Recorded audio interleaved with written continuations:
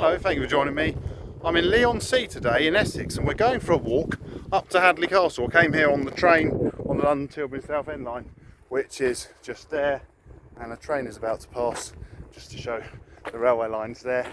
Hadleigh Castle, I can just see it in the very distance right up there. That's where we're going to today. I've been past this castle on the train a few times, now we're going to go and visit it. But let's watch this class 357 go past.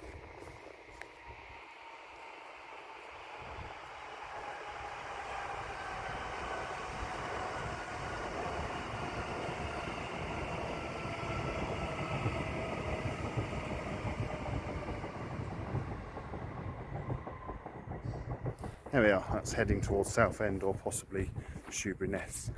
This video isn't really about railways, it just so happens that we are going to see a few trains going past. Anyway, I'm going to continue along the edge of this field and go and find Hadleigh Castle.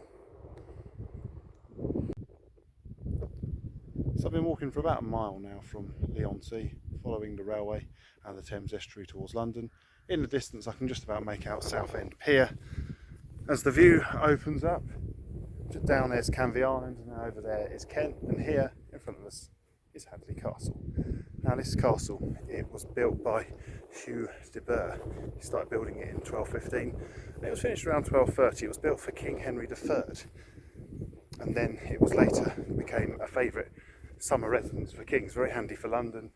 I expect to come up and down by boat up and down the Thames. It was, main purpose of building it was against possible attack against the French, so that's why they decided to build a castle here. Now immediately there were problems with building a castle here. The ground is very soft. Now if we have a look on the northwest tower, it's not quite straight, and that is because the ground sinks. So we'll have a look at this crooked northwest tower. I don't know how obvious it is on camera, but it is leaning this way. What I should have done, I should have brought a spirit level with me. So you can probably see now it's leaning forward.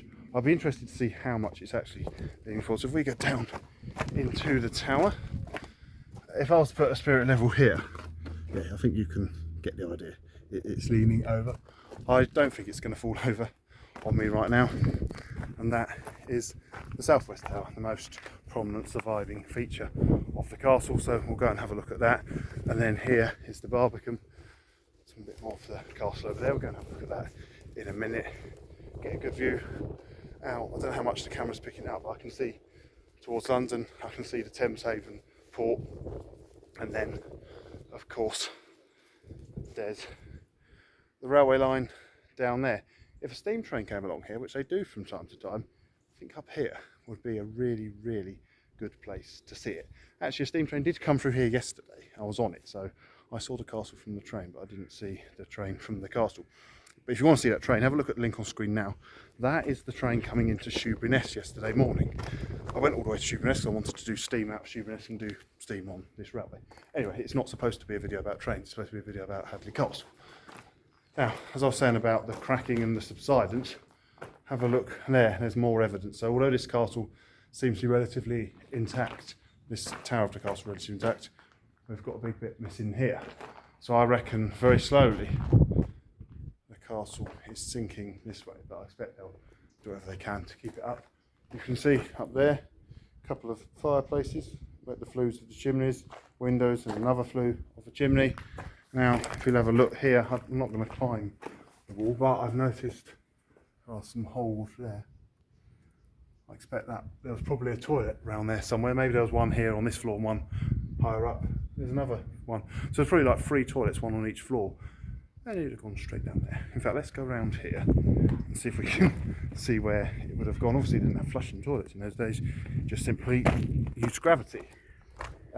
So yeah, you wouldn't want to come around here in those days because it would have come out. So yeah, the smell of it around here. Let's have a look.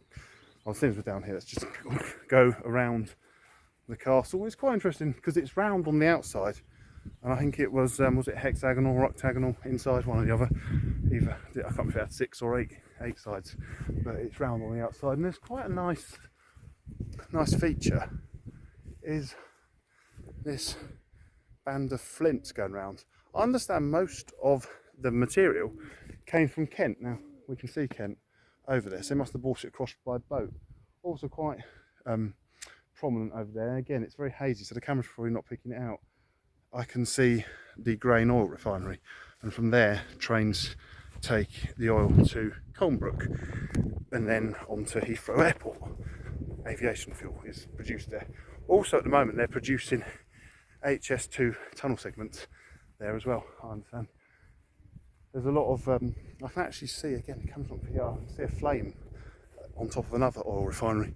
So we're going to walk up here, up this side of the castle. There's the crooked northwest tower. So that says curtain wall, that says built between 1230 and 1239, a little sign just tells me. We'll go along here past this oak tree and then we come to some more substantial ruins up here, not quite as impressive as the towers at that end of the castle, but still interesting. The castle is free to visit, by the way. You just got to be prepared to walk away. Probably the best way to get here is to go on a train to Leigh-on-Sea like I did, and then walk up here. We get to here, some more ruins. The town of Hadleigh is half a mile or so that way, so you could drive or get a bus to Hadleigh and then walk. Whichever way you look at it, you've got to walk to get here. It's not a castle you can just park your car outside and just come and visit. So I think, yeah, this must have been the site of another tower. Maybe this was would this have been the North Tower? This is, with the exception of that bit of masonry down there, this appears to be the base of a big tall tower, so this may well be the North Tower of the castle. What we'll do, let's go down out here. I don't mind sort of walking on this. I don't like people who climb the ruins, because I think yeah, it's not what they're here for. Oh, this is the Barbican here. So we get to here. I think there might be a big drop. It does say danger, don't climb the walls, because there's a fence. Yeah, there is a bit of a drop. Lots of blackberries in there. Barbican, it says 1360s, 1370s, so they must have built it around then. There are lots of blackberries here. We'll try one, see if it's any good. It's alright. A little bit sour. Perhaps could do it for another week or two. I also understand around here somewhere, when London had the Olympics in 2012, they held the mountain bike contest here. I'm looking at that hill over there. That looks like the sort of place I might have had a mountain bike contest. We're going to go down here now. There's a couple of interpretation boards. Always a bit of a wind coming across this way, coming from London. Down there's a level crossing on the railway line. I keep hearing the trains go boop, boop, every time they approach the crossing. I'm not the only person eating blackberries. Lady walking her dog. I see she's stopping to get some blackberries. So that's another nice thing. If you come at this time of year, you could come here and go blackberry. Anyway, here's a picture of what the castle used to look like. And we're here. So if we're coming towards there, that's the North Tower there. And then there's the, so that's the one that's now crooked. And then that's the Southwest Tower, Northwest Tower. This was the royal apartments. We're going to go and have a look at that. Although they were the royal apartments, there's not much left of them, but there is some masonry and all these wooden buildings long gone. That's the curtain wall. We've just walked along the side of that, and then that's looking out across the Thames estuary. So let's now enter or re-enter the castle again. So as we come in here, there's another interpretation board, so that tells you where everything is. So yeah, the hall, the Great Hall, when that man's standing, he's standing in the middle of the Great Hall, and then the Great Chamber would have been behind where he is. So imagine a big building there. Now there's a helicopter, you can probably hear it if you can't see it. We've got trains going both ways.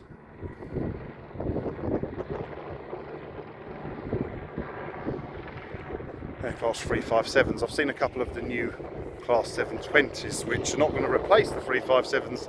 They're going to be as well as the Class 357s. There's a train, look.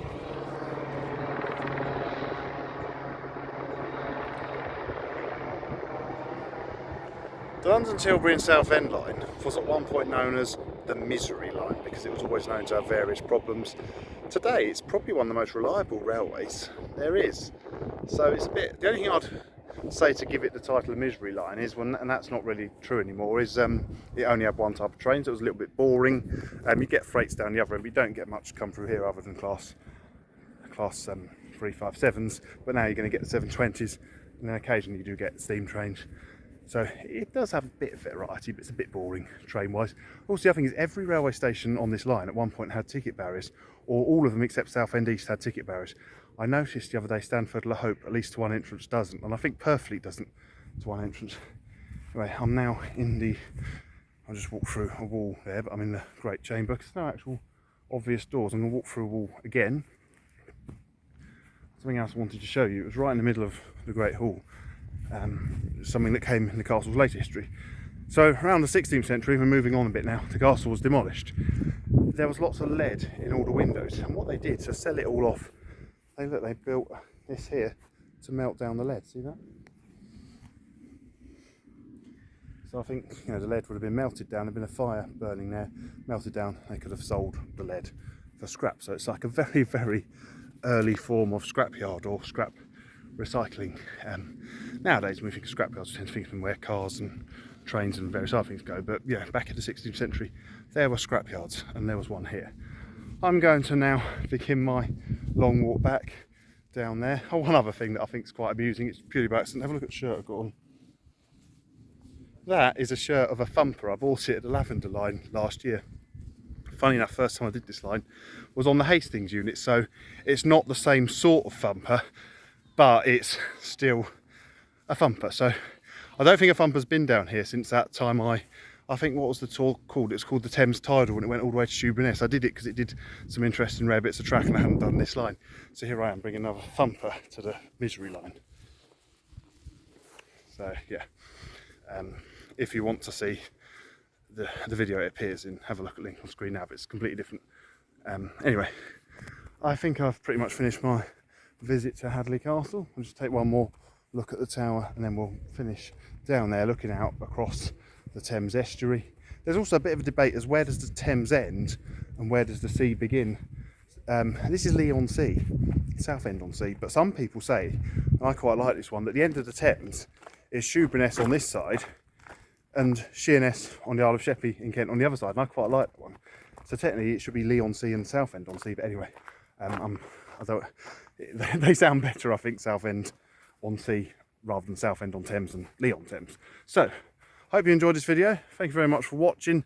Please do feel free to like, subscribe and comment. And from Hadleigh Castle, looking out across the sea, goodbye.